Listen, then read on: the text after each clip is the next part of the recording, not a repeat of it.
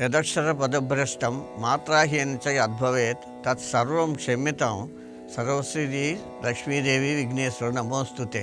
అంటే పదాలలో కానీ భక్తిలో కానీ పూజలో కానీ ఏ లోపమైనా ఉన్నట్టయితే దాన్ని క్షమించమని కోరుతున్నాం. నమస్తే. విఘ్నేశ్వరాయ నమః. వినాయక పూజ సందర్భంగా ముందు అసలు వినాయక జననం ఎలాగైందో ప్రజలకి తెలియపరచాలనుకుంటున్నాను. పూర్వకాలంలో గజాసురుడను గజరూపము గల రాక్షసుడు, అంటే ఏనుగు రూపం గల రాక్షసుడు శివుని గూర్చి తపస్సు చేయగా అతని తపస్సుకు మెచ్చి శివుడు అతని ఉదరములో నివాసం ఉండేటట్లుగా వరమిస్తాడు, అంటే కడుపులోని. కైలాసంలో పార్వతీదేవి శివుని జాడ తెలియక కంగారు పడుతూ అన్వేషించగా శివుడు గజాసురుని ఉదరమునందు ఉన్నాడని తెలుసుకొని శ్రీహరిని ప్రార్థించి ఎలాగైనా శివుని రక్షించి బయటకు తీసుకురమ్మని చెప్తుంది. అంతటా శ్రీహరి శివుని వాహనమైన నందిని చిత్ర విచిత్రములుగా అలంకరించి గంగిరెద్దుల మేళము వారి వలె వేషము ధరించి గజాసురుని దగ్గరికి వెళ్ళి నందిని గంగిరెద్దులా ఆడించి మెప్పించి వరము కోరుకునేలా చేసింది.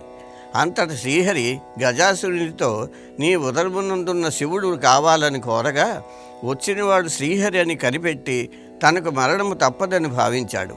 శ్రీహరి ఆజ్ఞతో నంది తన కొమ్ములతో గజాసురుని ఉదరము చీల్చగా అందులో నుండి శివుడు బయటకు వచ్చాను. అంతటా శివుడు గజాసురుని తలకు త్రిలోకాధిపత్యం ఇచ్చిదని వరమిచ్చి గజాసురుని తలతో కైలాసమునకు వెళ్ళాను. ఇప్పుడు వినాయకుడు అసలు ఎలా పుట్టాడు అన్నది చెప్తున్నాను.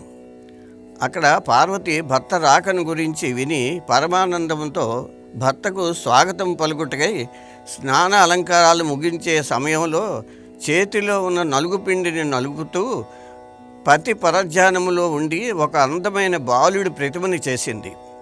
ఆ ప్రతిమ అందంగా ఉన్న కారణంగా ప్రాణప్రతిష్ఠ చేయవలని అనిపించింది. అంతకు పూర్వమే ఆమె తన తండ్రి యొక్క పర్వతరాజు ద్వారా గణేశ మంత్రం పొందింది. ఆ మంత్రముతో ఆ ప్రతిమకు ప్రాణప్రతిష్ఠ చేసింది. ఆ దివ్య సుందర బాలుడిని వాకిటి నుంచి ఎవరిని లోపలికి రానివ్వద్దని, తను అలంకరణ పూర్తి చేసుకుని వస్తానని చెప్పి లోపలికి వెళ్ళింది. కొంతసేపటికి శివుడు వచ్చాడు. కానీ గుమ్మానికి కావలిగా ఉన్న బాలుడు శివుడు ఎవరో తెలియక లోనికి ప్రవేశం లేదన్నాడు. ఇద్దరికీ వాగ్వివాదం జరిగింది.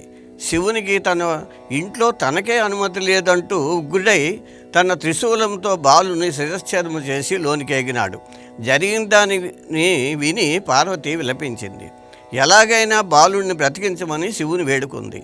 శివుడు చింతించి వెంటనే తన వద్దనున్న గజాసురుని శిరస్సును ఆ బాలుని మొండుమునికి అతికించి ఆ బాలుడిని బ్రతికించి గణాసురుని శిరస్సుకు శాశ్వత త్రిలోక పూజితని కల్పిస్తానని ఇచ్చిన వరం ఇలా ఫలించింది. గణేశుడు గజాననుడై త్రిలోక పూజితను దక్కించుకున్నాడు. ఆ తరువాత శివపార్వతులకు కుమారస్వామి జన్మించాడు. గణపతిని ముందు పూజించాలి. ఏ పూజకైనా సరే గణేశుడు అగ్రపూజనీయుడు. ఆదిదేవుడు విఘ్నేశ్వరుడు కానీ ప్రకృతి గజాననమూర్తి మాట ఏమిటంటే ఈ గజాననుకి ఆ స్థానం కలగవలసి ఉంది. శివుని రెండవ కుమారుడైన కుమారస్వామి తనకు ఆస్థానమని కోరినాడు. శివుడు ఇరువురికి పోటీ పెట్టి మీలో ఎవరు ముల్లోకంలోని పవిత్ర నదీ స్నానాలు చేసి ముందుగా నా వద్దకు వచ్చేదరో వారికి ఈ ఆధిపత్యం లభిస్తుందన్నాడు. కుమారస్వామి వేగంగా సులువుగా సాగి వెళ్ళాడు.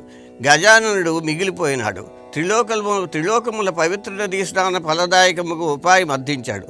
వినాయకుని బుద్ధి సూక్ష్మతకు మురిసిపోయిన పరమశివుడు అట్టి ఫలదాయకముకు నారాయణ మంత్రమును అనుగ్రహించాడు. అనగా జలములన్నీయు నారాయణ అధీనములు, అనగా ఆ మంత్ర అధీనములు. మంత్ర ప్రభావము చేత ప్రతి తీర్థస్థానమునందు కుమారస్వామి కన్నా ముందే వినాయకుడు వృక్షంగా వచ్చాడు. వినాయకుడికే ఆధిపత్యం లభించింది. ఇప్పుడు పూజా కార్యక్రమం మొదలు పెడదాం. ఇది ఇంట్లోని ఎలాగ పూజ చేసుకుంటామో అలాగే చెప్తున్నాను. మీకు మీ శక్తి కొలది ఇంట్లోని చేసుకోండి. ఏమైనా మీకు బాగా డబ్బులు ఉంటే బయటకు వెళ్ళి పెద్దగా చేసుకోవచ్చు. ఇది సరిగ్గా ఇంట్లోని ఎలా చేయాలో అలాగే చెప్తున్నాను నేను. ముందుగా బొట్టు పెట్టుకొని దీపారాధన చేసి నమస్కరించి ఈ విధంగా ప్రార్థించుకోవాలి.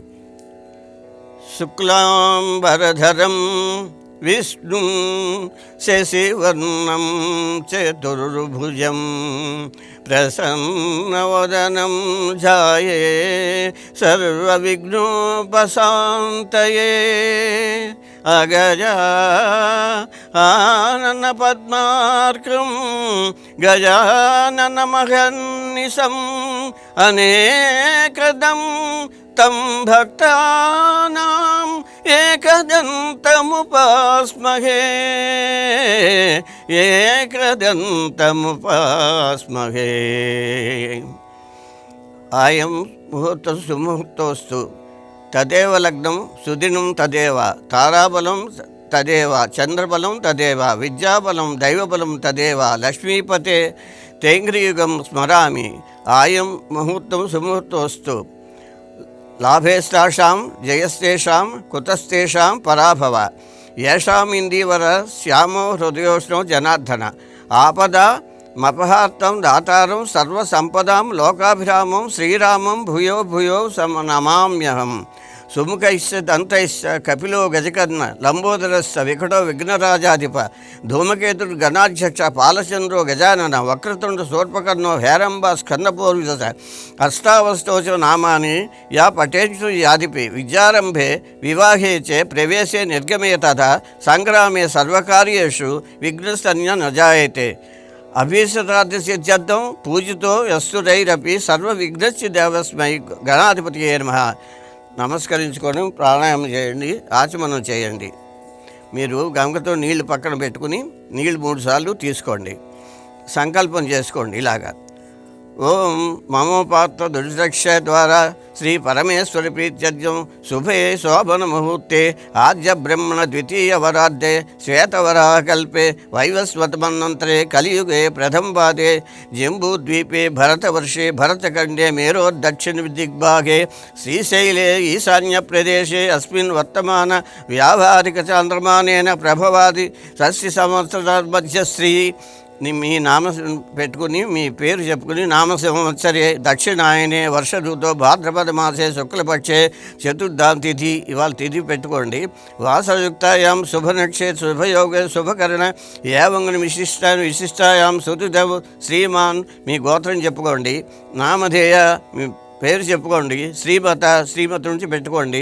గోత్రస్య నామధేయస్య ధర్మపతి సమేతస్య మమ అస్మాకం సహకుటుంబానం క్షేమస్థైర్య విజయ ఆయుర ఆరోగ్య ఐశ్వర్యాభివృద్ధ్యర్థం వర్షే వర్షే ప్రయుక్త వరసిద్ధి వినాయక చతుర్థి ముద్దిశ్య శ్రీ వరసిద్ధి వినాయక దేవతా ప్రీత్యర్థం కల్పోక్త ప్రకారేణ యావశక్తి జానా వాహనాది షోడశోపచార పూజాం కరిష్యే అని నీళ్లు ముట్టుకోండి.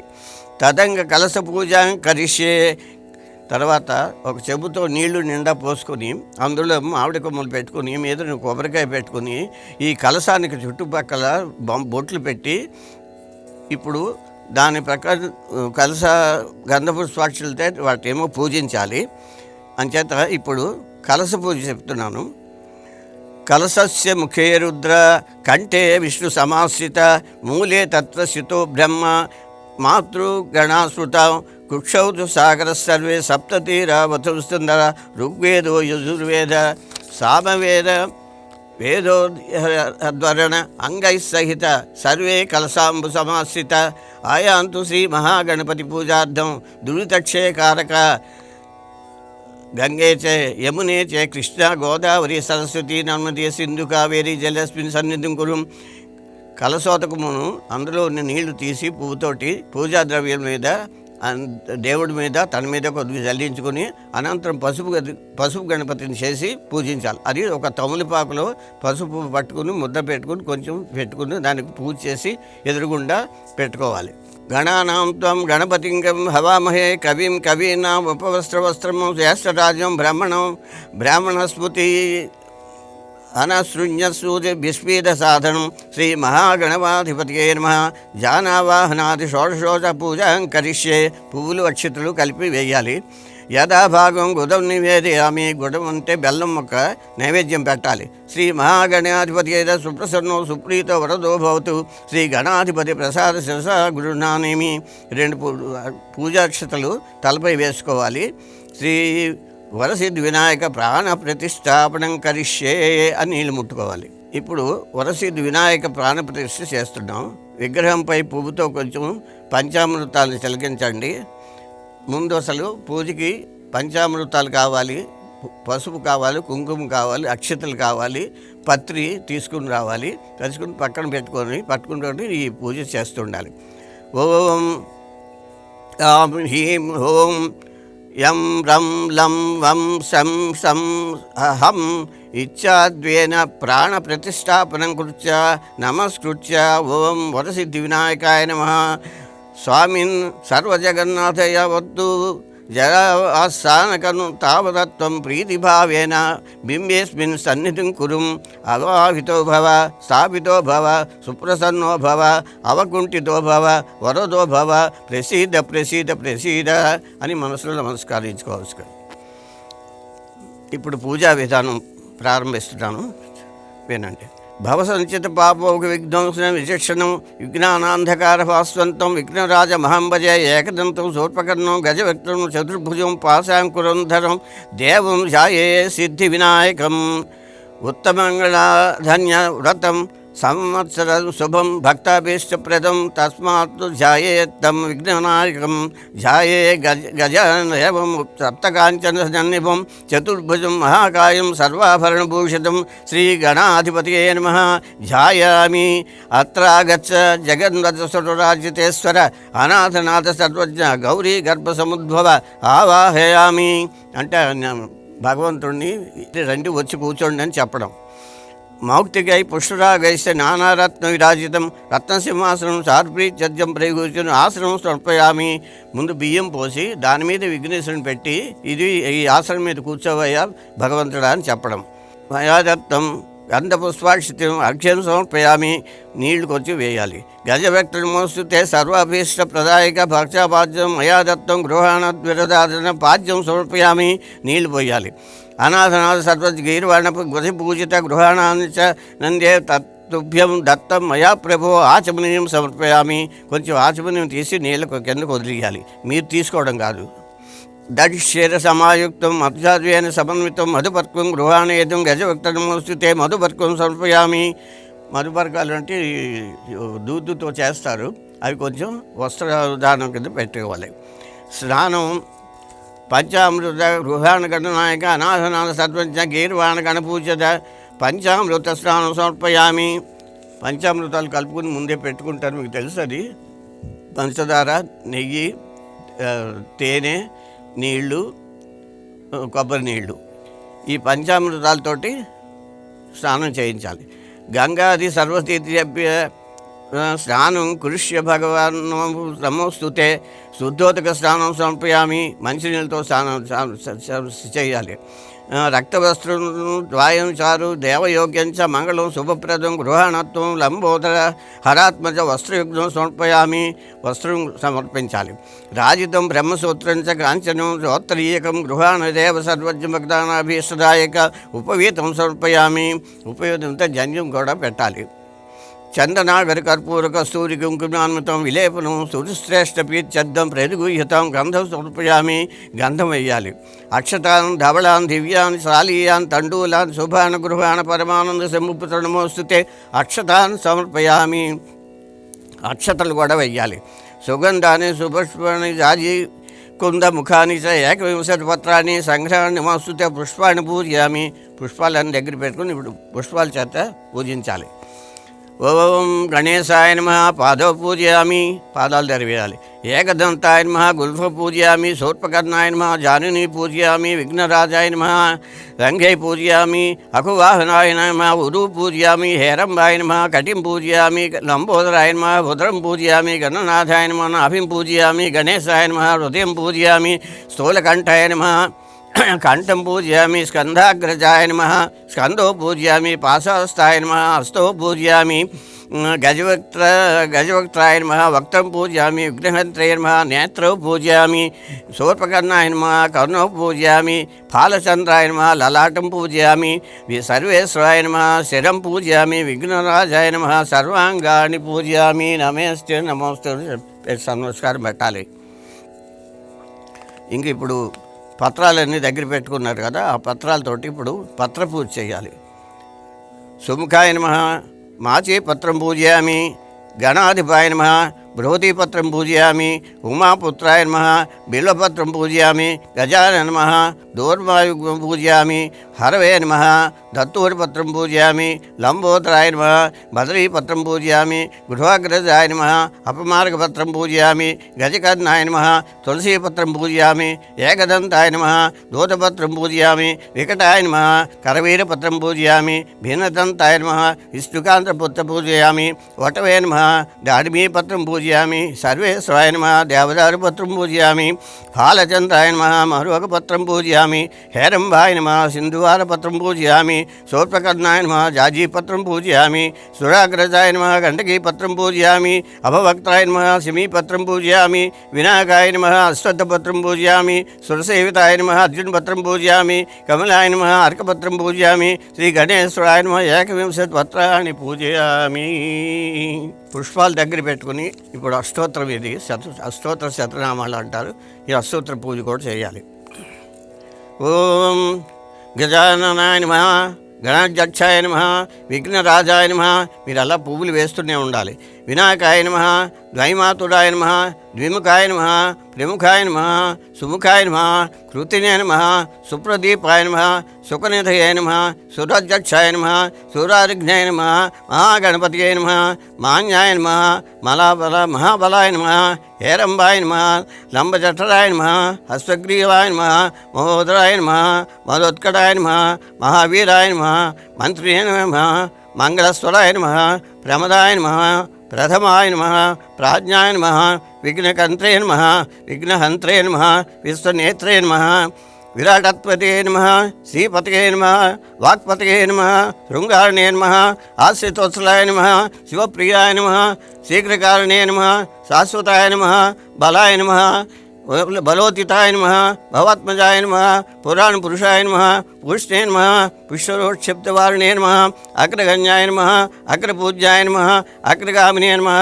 మంత్రకృతే నమః సామీకరణ ప్రభాయ నమః సర్వస్మై నమః సర్వోపన్యాయ నమః సర్వకర్తే నమః సర్వనేత్రే నమః సర్వసిద్ధిప్రదాయనే నమః సర్వసిద్ధయే నమః పంచహస్తాయ నమః పార్వతీనందనాయ నమః ప్రభవే నమః కుమారగురవే నమః అక్షాభ్యాయ నమః కుంజర సురభంజనాయ నమః ప్రమోదాయ నమః మోదకప్రియాయ నమః కాంతిమతే నమః రుతిమతే నమః కామినే నమః కపిత్వన ప్రియాయ నమః బ్రహ్మచారిణే నమః బ్రహ్మరూపిణే నమః బ్రహ్మ విద్యాధీరానుభవే తిష్ణవే నమః విష్ణుప్రియాయ నమః భక్తజీవితాయ నమః జితమన్మదాయ నమః ఆశ్చర్యకారణాయ నమః జాయేశాయ నమః యక్షకిన్నతి సేవితాయ నమః గంగాసూతాయ నమః గణాధికాయ నమః గంభీరనిందాయ నమః వటవే నమః అభీశ్వరదాయ నమః జ్యోతినే నమః భక్తనదియే నమః భావగమ్యాయ నమః మంగళప్రదాయ నమః అవ్యక్తాయ నమః ఆపాకృత పదాక్రమాయ నమః సత్యధర్మిణే నమః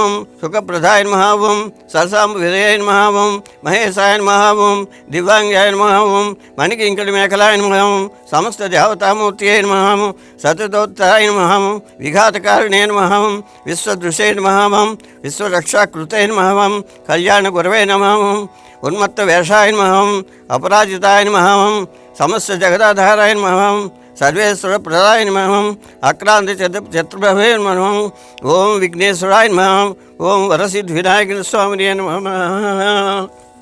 ఇప్పుడు దశాజ్యం గుగ్గులోపేతం సుగంధిం సుమనోహరం ఉమాసుద్రమస్తుభ్యం గృహాణ పరులో ధూపమాగ్రాపయామి.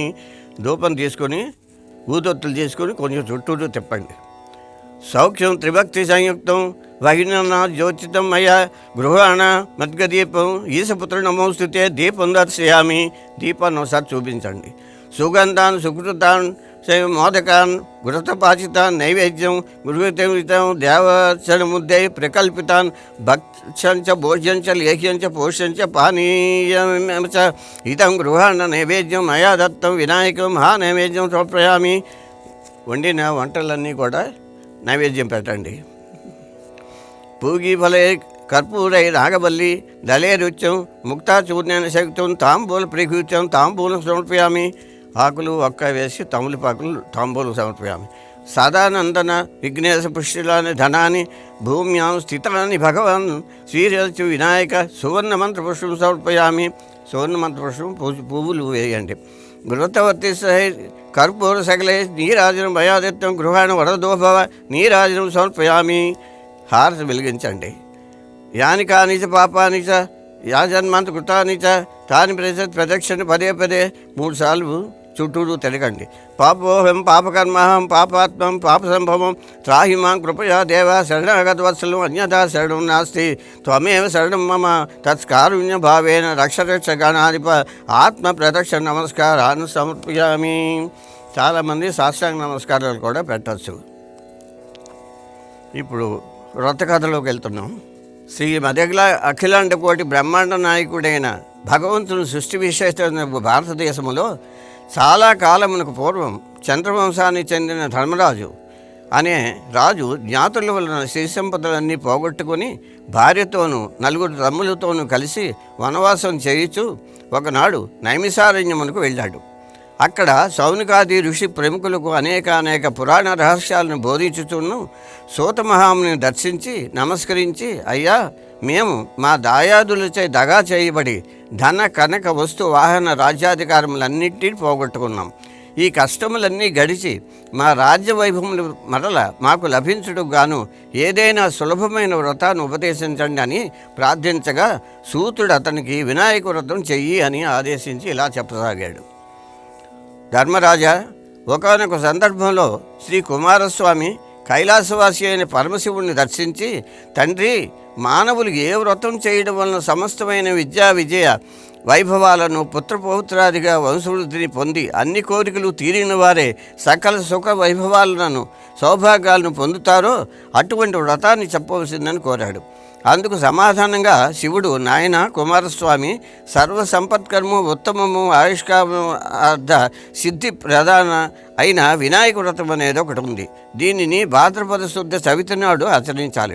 ఆ రోజు ప్రాతకాలమే నిద్రలేచి స్నానం చేసి శుచిర్భూతుండే నిత్యకర్మలు నెరవేర్చుకుని తన శక్తి మేరకు బంగారంతో కానీ వెండితో కానీ లేదా కనీసం మట్టితో కానీ విఘ్నేశ్వరుడు బొమ్మను చేసి తమ ఇంటికి ఉత్తర దిక్కులో ఒడ్లు కానీ బియ్యం కానీ పోసి మండపాన్ని నిర్మించి అష్టదళ పద్మాన్ని ఏర్పరిచి గణేశ్వరి ప్రతిమని ప్రతిష్ఠించి శ్వేత గంగాక్షత పుష్ప పత్రాదులతో పూజించి ధూపదీపాలను నేరేడు చెరకు మొదలైన ఫలములను ప్రత్యేకముగా రకమునకు 21 ప్రకారము నివేదించి నృత్య గీత వాద్య పురాణ పఠనాదులతో పూజను ముగించి యథాశక్తి వేద విధులైన విప్రులకి దక్షిణ తాంబూలాచిచ్చి బంధుజనంతో కలిసి నూనెను ఉపయోగించకుండా నేతితో చేసిన వివిధ భక్ష్యభోజ్యాలతో భోజనం చేయాలి.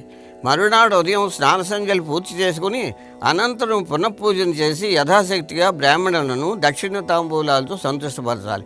ఈ విధంగా ఎవరైతే ఈ వినాయక వ్రతాన్ని చేస్తారో వాళ్ళకి గణపతి ప్రసాదం వలన సకల కార్యములు సిద్ధిస్తాయి.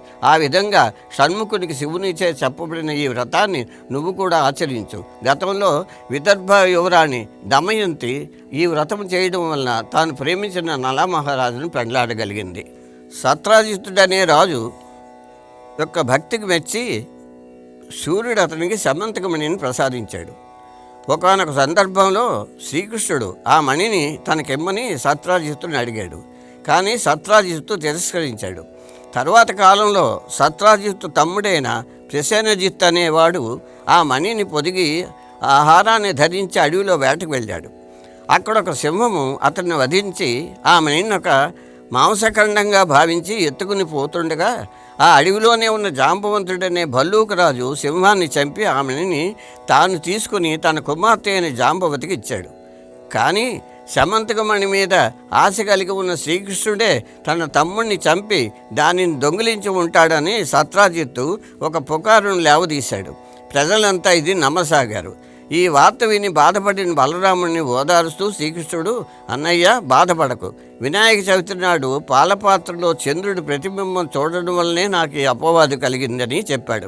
చవితి చంద్రుడికి అపవాదికి సంబంధం ఏమిటని బలరాముడు అడగగా శ్రీకృష్ణుడు ఇలా చెప్పసాగాడు. వినాయకుని జన్మదినమైన ఒకనొక భాద్రపద శుద్ధ చవితి నాడు కైలాసములో కుబ్జరూపధరుడైన విఘ్నేశ్వరుడు ఆనంద తాండవం చేస్తూ ఉండగా అక్కడే ఉన్న చంద్రుడు అది చూసి అపహాస్యం చేశాడు. అందుకు కోపించిన వినాయకుడు, ఓరి చవితి చంద్రుడా, ఈరోజు నుంచి నిన్ను చూసిన వాళ్ళందరూ నీలాపనిందలైపోదురుగా అని శపించాడు.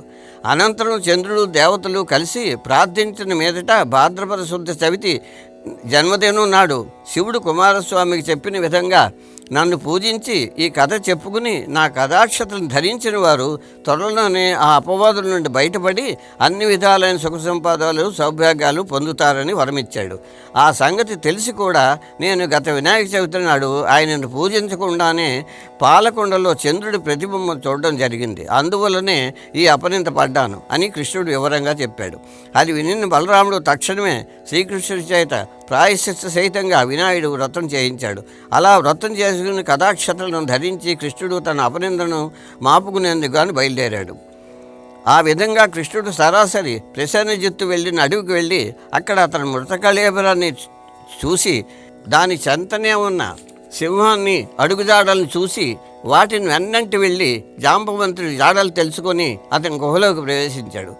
జాంబవంతుడి కూతురు జాంబవతి ఆమె యొక్క క్రీడాలోక కేళీకందుకంగా పుట్టింది సమంతకమణి. దానిని తీసుకోపోయిన శ్రీకృష్ణుడిని జాంబవంతుడు నిరోధించాడు. ఇద్దరికీ పెద్ద యుద్ధం జరిగింది. జాంబవంతుడు ఓడిపోయాడు. సమంతకమణితో పాటే కూతురైన తన జాంబవతిని కూడా శ్రీకృష్ణుడికి సమర్పించుకున్నాడు.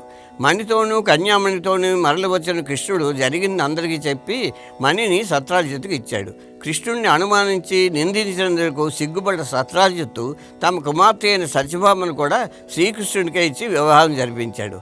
ధర్మరాజా, వృతాసురుని చంపేందుకు ఇంద్రుడు, గంగను భూమికి తెచ్చేటప్పుడు భగీరథుడు, క్షీరసాగర మథనమప్పుడు దేవదానవులు, సీతాన్వేషణలో శ్రీరాముడు, కుష్ఠవ్యాధి నివారణకు సాంబుడు కూడా ఈ వినాయక వ్రతం చేసి విజయ ఆయుర ఆరోగ్యములను పొందారు. తన వ్రతం చేసిన భక్తులు తలసిన పనులన్నీ తక్షణమే సిద్ధింపజేస్తాడు. కనుకనే ఈయనను సిద్ధి వినాయకుడు అన్నారు. విద్యార్థులకు విద్యని, జయార్థులకు జయాన్ని, ధనార్థులకు ధనాన్ని, పుత్రాదులకు పుత్రుల్ని ప్రసాదిస్తుంది ఈ వ్రతం. వితంతువులు పూజించినట్లయితే మరి ఏ జన్మలోని వైధవ్యాన్ని పొందరు. కాబట్టి ధర్మరాజా, నువ్వు ఈ వ్రతం చేసి నీ శత్రువులను గెలిచి మళ్ళా రాజ్యాన్ని పొందు. సమస్త బ్రహ్మక్షత్రి వైశ్య శూద్రాదులు కూడా ఈ వ్రతాన్ని యథావిధిగా ఆచరించి శ్రీ గణపతి అనుగ్రహం చేత సకల ఐశ్వర్యాలను పొందుదురుగాక అని సూత్రుడు చెప్పగా విని ధర్మరాజు ఈ వ్రతం చేసి కష్టములు తీరి శత్రువులను గెలిచి రాజ్యాన్ని సంపాదించుకుని మహారాజుగా పట్టాభిషేకాడు. హరి ఓం తత్సత్. వినాయక వ్రత సంపూర్ణం.